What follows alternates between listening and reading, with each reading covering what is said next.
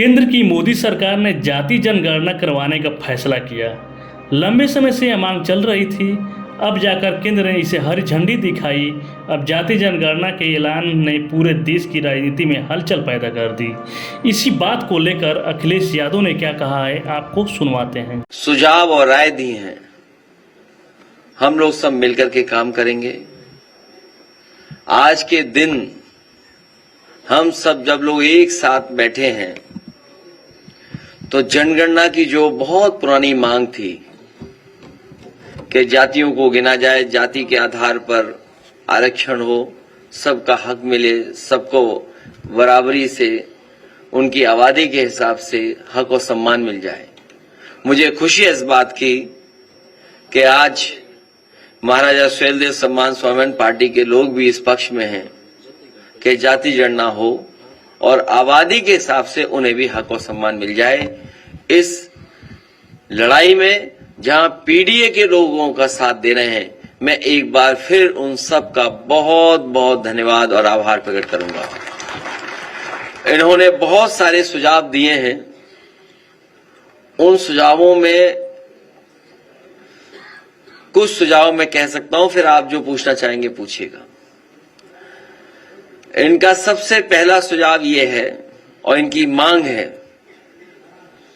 कि वीर योद्धा महाराजा सुहेलदेव महाराज की कोई प्रतिमा यहां पर राजधानी में सबसे महत्वपूर्ण जगह लगे। मैंने इनके समाज के लोगों को आश्वासन दिया है कि समाजवादी सरकार बनेगी तो यही देश का सबसे सुंदर रिवर फ्रंट है, इसी पर महाराजा सुहेलदेव जी की प्रतिमा लगवाने का काम हम समाजवादी लोग करेंगे।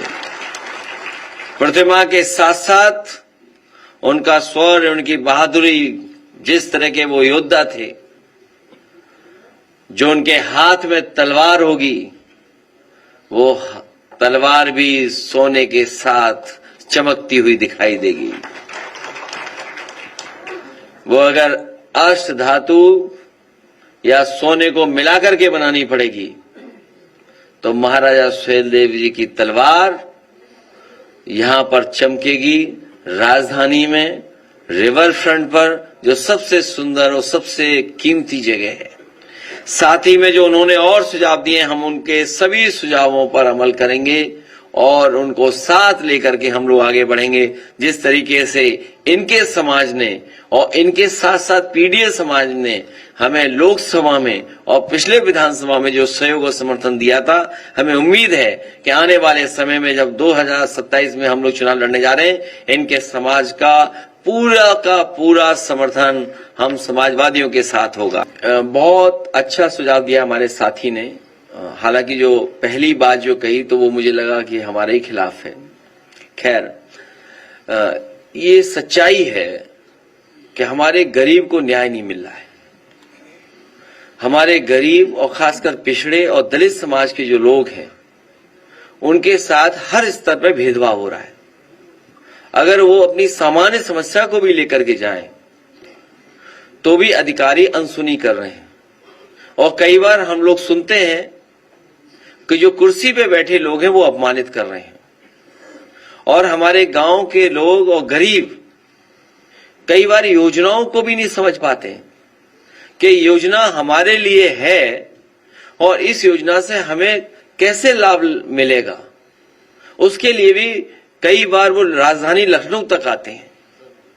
मैं अपने तमाम दलित भाइयों को, पिछड़ी जाति के, गांव के गरीबों को भरोसा दिलाना चाहता हूं कि जिस तरीके से फोन करने पर गांव में एम्बुलेंस आती थी, फोन करने पर आपकी पुलिस आपकी मदद करने के लिए इंतजाम किया था, इसी तरह फोन करने पर आपको जानवर नहीं ले जाना था अस्पताल, बल्कि जानवर वाले अस्पताल वाले डॉक्टर आपके गांव आकर के इलाज करते थे। तो तमाम जो योजनाएं हैं, लाभकारी योजनाएं, जिसमें घर मकान हो, न्याय के लिए हो, आपको मुख्यालय अधिकारी के पास नहीं भागना पड़ेगा, अधिकारी आपके पास आकर के सुनवाई करेगा और आपको न्याय दिलाने का काम करेगा।